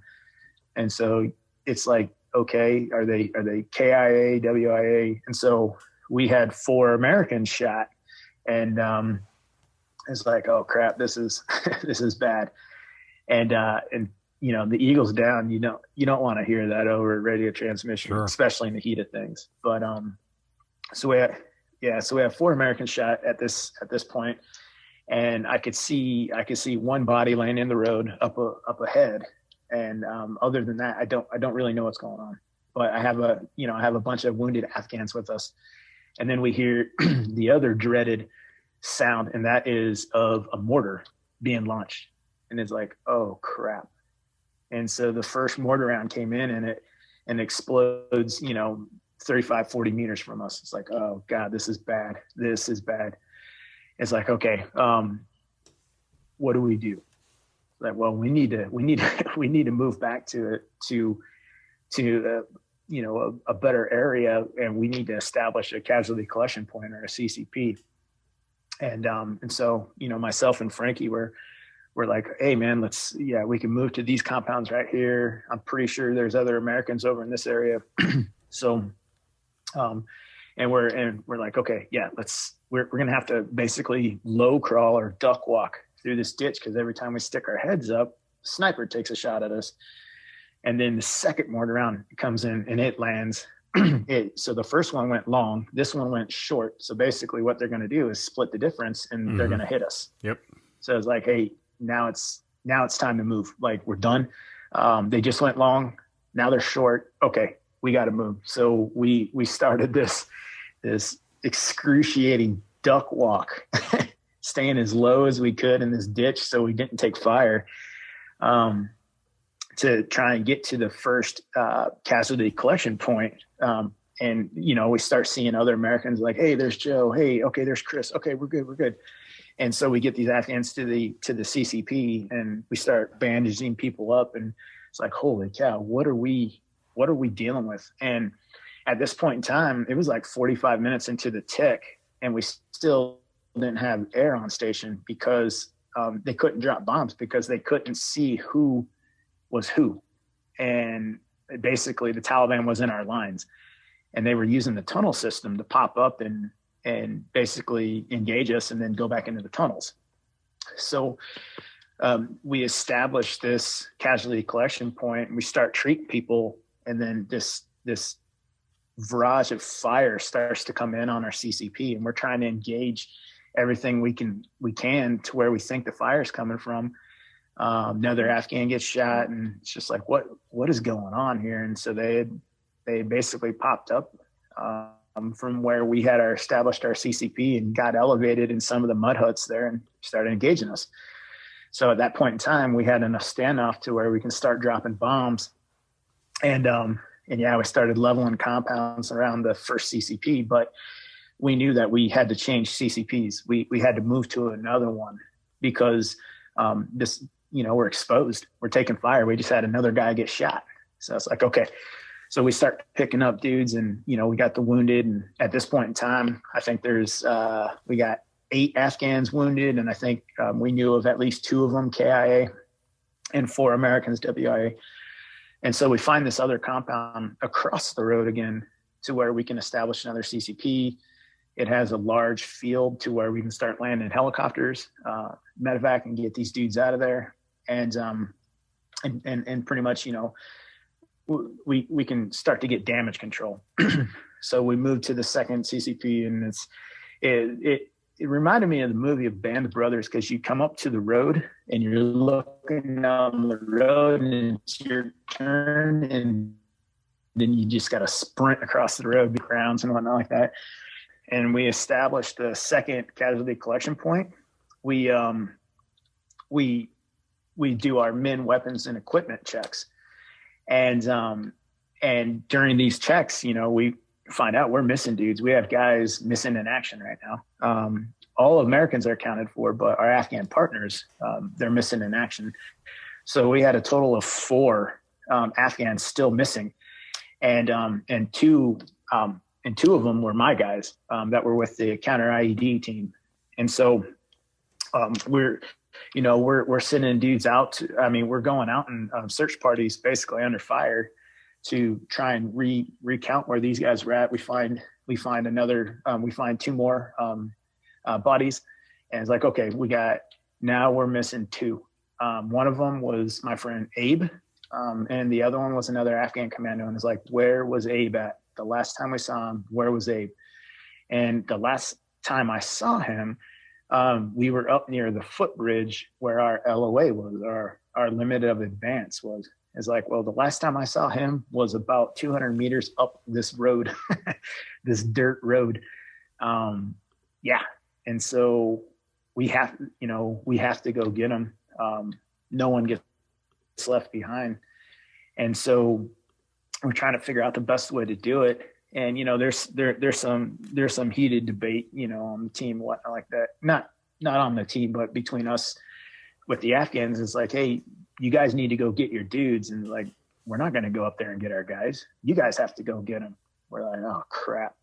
Because think about the situation. What would happen if the Americans left them green on blues, everything.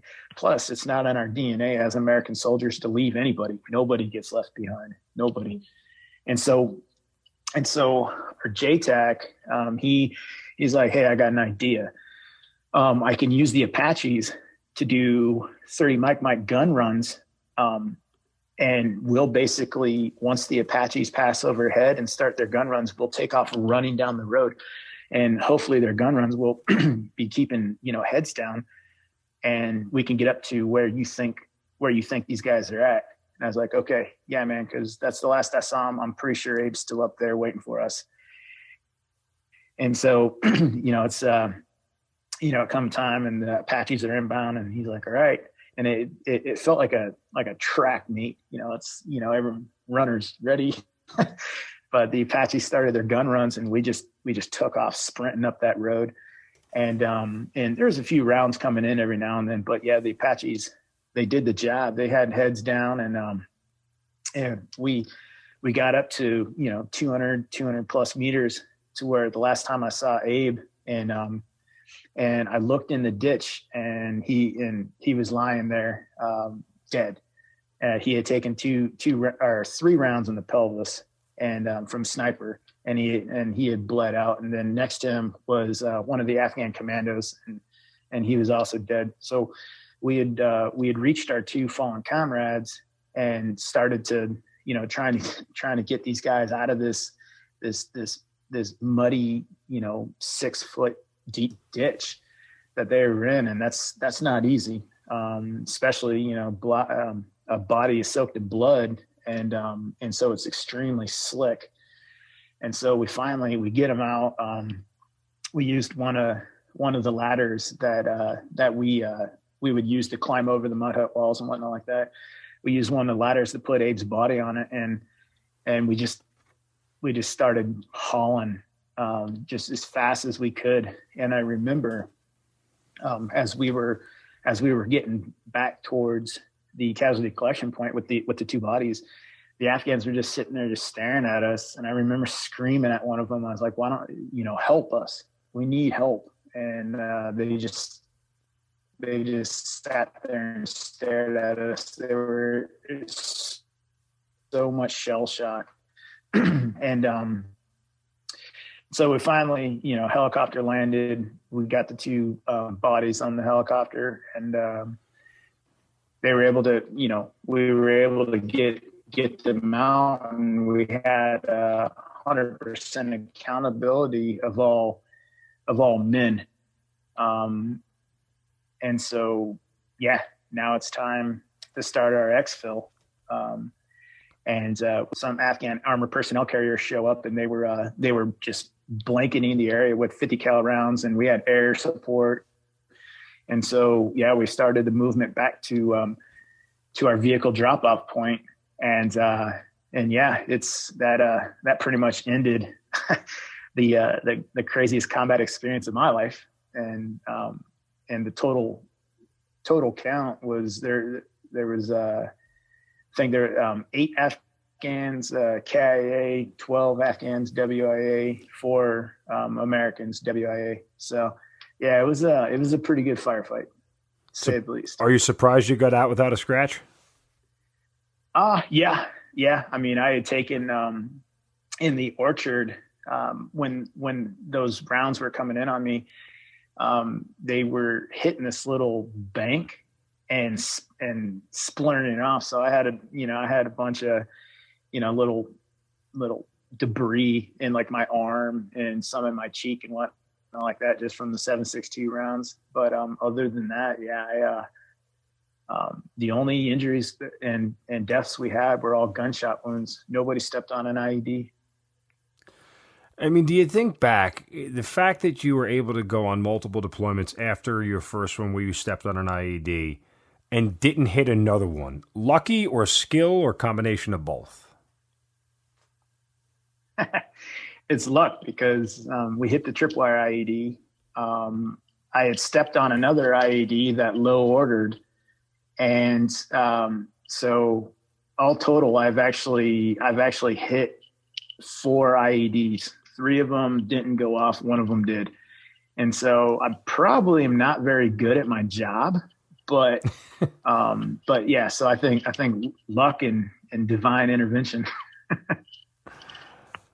So you end up writing a book about your whole experience. Again, it's called Tip of the Spear, The Incredible Story of an Injured Green Beret's Return to Battle. What was the inspiration for the book, and why did you end up writing it? So the book, it didn't actually start off as a book. It was writing therapy, I guess you could say. And so I'd gone to see a counselor and whatnot like that, just trying to work through, a lot of the issues, I had from not just combat, but from just life. Finally starting to face, all these issues that I've ran from for so long. And I remember, like, counseling wasn't really much for me, but I was always talking with our chaplain, and he had told me, he's like, have you ever thought about like writing any of this out, kind of taking it from your chest and putting it on, a Word document? Because one of my things, I always had an issue about everything that was bothering us. And then we would go home and nothing was ever done. It was just dead air. And he's like, have you ever tried writing? And I didn't really think much into that until my 2017 deployment to Afghanistan, when, I was at a pretty low point, and I needed a release of some sort. And I did. I opened up my laptop and just started typing, and it just poured onto paper, everything from childhood to military, to divorces, everything. And I just kept typing over the months. And, when I had free time, and then I went back and I kind of organized it to where it looks, the way it does in the book right now. And, the overwhelming theme of what I had come up with was, I was very good at playing the victim, but not very good at like taking responsibility for my own actions. And the entitlement that I had, thinking that I was owed something was crippling me, because you're not owed anything. Nobody owes you a damn thing. And so, I had all this writing done, and I was like, let me see what people think. Like, and so, a couple of my close friends, my best friend, Frankie, he read it and goes, dude, that's me, man. Like, that book is me. And then Tyler read it and Zach read it, and they're like, yeah, that's me. And then I had some family read it and civilian friends, and they're like, dude, I can relate with this. This needs to get out there for people. And that's actually what started it going. It started off as therapy, which turned into a book. But when you said you started writing it just started pouring out, did you have a aim or a goal of what you were writing, or were you just putting thoughts on paper, like sort of randomly? Thoughts on paper. Yeah, I had to go back and reorganize everything. But yeah, it was just thoughts on paper. And I remember I would wake up at 3:00 in the morning, like, oh yeah, this too, open up laptop and hit a paragraph or a page or 2 pages about this or this or this. Yeah. So how does it actually end up becoming a book then? I mean, I know your friends liked it and you liked it, but getting it made into a book is a whole different discussion.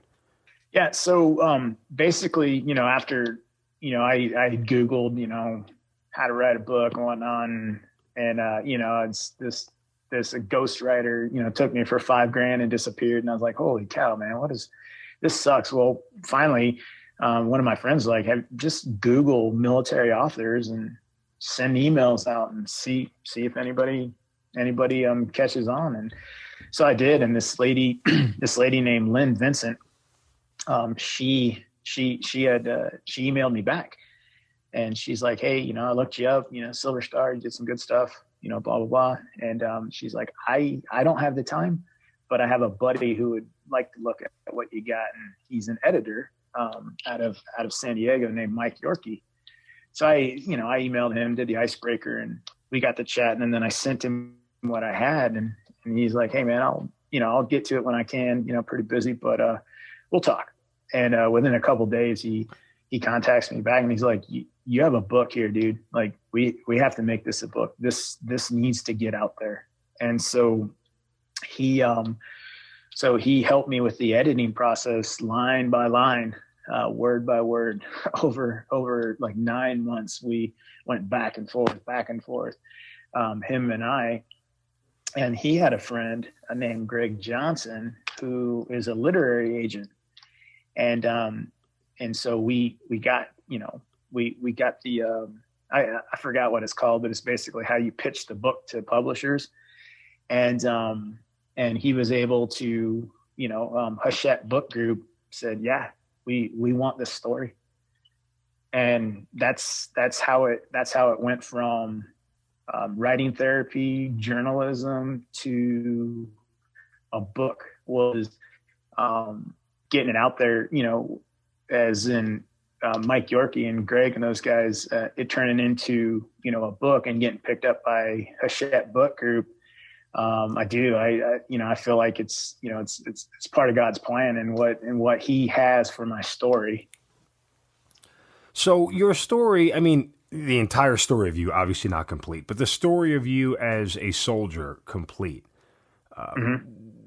I know the book does a lot of this for you, but what do you want people to know about your story, particularly not only your return from the explosion and back to active duty, but, the Silver Star and everything else? I mean, is there a way you sort of can encapsulate how you want people to know you?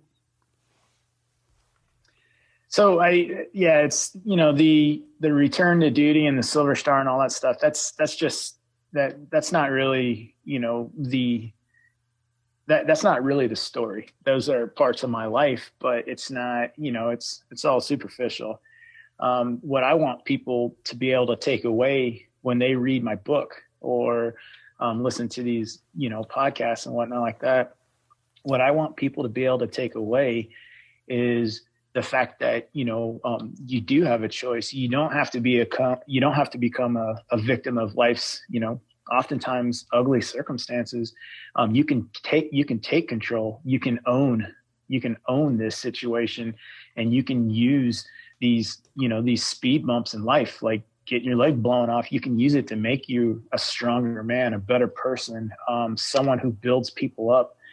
And people actually, they get something from when they meet you, and that'll benefit their lives. You can do that. You don't have to be a victim. And then the other thing is entitlement. People think that they deserve this because they're just born, or I deserve this, or I'm entitled to this. But in the end, you're not entitled to Nobody owes you anything, nothing at all. And once people can, figure that out, because I battled with that for a long time, as far as, like, well, this happened to me, so you should. And it's like, no, like, you're not owed anything. Once you understand that you're just a part of something, you are not the thing. And you quit becoming a victim of everything that happens to you, using excuses like, I was raised this way, so this is why I'm this way, or I saw this, so this is why I do this, or whatnot. But taking back control of your life, that's and refusing to become a victim. That's what I want people to get from my story. The dark place you can get to mentally, given all that you went through, is understandable. And getting out of that dark place is different for everybody. But are there keys to it? Are there sort of little, tricks of the trade, so to speak, that people need to know about how to not continue to fall deeper and deeper and pick themselves up? Yeah, I mean, I would say one of the biggest ones that I tell people is it's not easy. Becoming a victim, being a victim, excuses, that's extremely easy. That's the reason why we have such an issue with it today. Everybody's a victim of something. But taking control of your life, that ownership over you, that's hard. And so I tell people, it's not going to be easy, and it's a constant work in process. I'm a human, and I make mistakes all the time, and I'm constantly having to adjust fire and get my shot group back and whatnot like that. Because it's not going to be easy, but you have to come to a point when basically you're sick and tired of being sick and tired, and enough is enough. And if the victim route isn't doing it for you, I mean, this is life. You can go through the rest of your, life and waste it away, always being victimized, or you can take control. And once you figure that out, it's a liberating feeling to not have an excuse. It is what it is, man. And people that think life is easy, I'm sorry, you're wrong. Once you understand that life can beat you down, you're better apt to take those beat downs and keep moving forward. I believe, in my story, I believe everybody is faced with IEDs in their life. You don't have to be a soldier to encounter IEDs. And I believe people are going to step on IEDs in their life, whether it's personal, business, anything like that. And you have three choices when you hit those IEDs. You can lay there and you can accept death and know that, hey, this is it. I'm just going to die. Or number two, you can lay there and you can wait for others to come and save you. You can lay there and wait for the rescue team. Or the third one is you can tourniquet yourself. You can get your gun back in the fight, and you can survive. You can take control over this situation, and it's hard, but that's liberation right there. And that's, I guess, that was what that would be. What I would tell people is to understand it's not an easy process. So if this is the easy button, you're wrong. If you had chosen to amputate your leg, or your foot down, where shin down, whatever the injury point was, no one would have looked at you as weak or stupid or soft or not up to the challenge or not courageous. People would have understood it. Do you ever wonder what your life would be like had you chosen to go down that road? Every now and then I do, but I also, I know that, the path that I took, this is the path that I'm on. And I can constantly be looking at, at the other paths, trying to figure out how those would have worked out for me. But in the end, all I'm doing is I'm just standing still and not moving forward. And so, I went through my time when I was like, man, I would have just been better off without a leg. But that's not the path that I'm on. And because I want to keep moving forward, I I don't really entertain those thoughts anymore. No. When you decided to hang it up from active duty and end your military career as an active Green Beret, was that a tough decision for you? No, it wasn't. Basically the time, the time had come. I could see, the transition in, the new guys coming in, and I'm just, I'm this old dude, which not really old, but, but no, it actually, me transitioning out of the military again, it was just perfect timing. It was like, yeah, this is when it's time. This is the time to do it. I was just coming back from another deployment to Afghanistan in 2018, or 2019, I'm sorry, coming back in 2019. And it was just like, yeah, I got my last 2 Ryan in Afghanistan as a Green Beret. We're not looking to go back to Afghanistan, as a company for years. So yeah, this is a good time to go ahead and move on to that next chapter in my life. And what does that next chapter look like for you? I mean, we mentioned at the top of the show that you were waiting to go back as a contractor. So did you obviously have more to do in Afghanistan? Yeah, I mean, I do enjoy Afghanistan a lot. I love the people. I love the work there. You realize nobody actually ever really says that, right? Like, I really enjoy Afghanistan. I do, though. I do. That's why I've been there 7 times and I'm going back for an 8th. I mean, I do enjoy it, or else I wouldn't have gotten into this job, because you can never get time back. And so I don't want to be miserable wasting time when you can make all the money in the world, but it's time.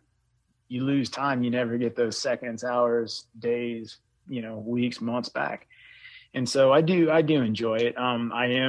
I am coming towards the end of my enjoyment, where I'm ready to look at, other things in life that do not have me behind a gun. And because the job that I'm in right now, we go out with the units and we do counter IED work and counter threat, stuff like that. So, but yeah, I'm definitely, I enjoy what I do, but I'm coming to another transition to where I want to start looking, maybe at other opportunities or whatnot. Maybe opportunities that don't involve IEDs, I would say. Yeah, that'd probably be smart. I mean, you kind of, do you ever stop and think, like, I've been playing with fire long enough, maybe it's time to stop doing this? Yeah, I mean, I've been playing with fire, I've been burnt a couple times, but yeah, it's I think I've done my part. And I love to give the knowledge that I have to those future warfighters. I love it. That's one of the reasons why I'm in this job, is because we're counter threat advisors, and I absolutely, I enjoy that part. It's extremely fulfilling. But yeah, I think I've played around with enough IEDs in my life, and I can move on to something else.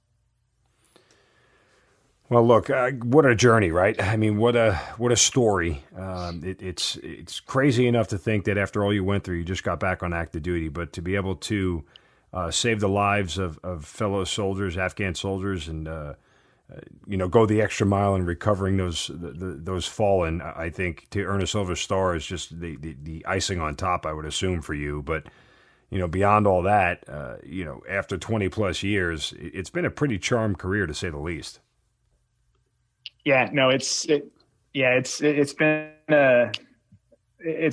a crazy 20 plus years.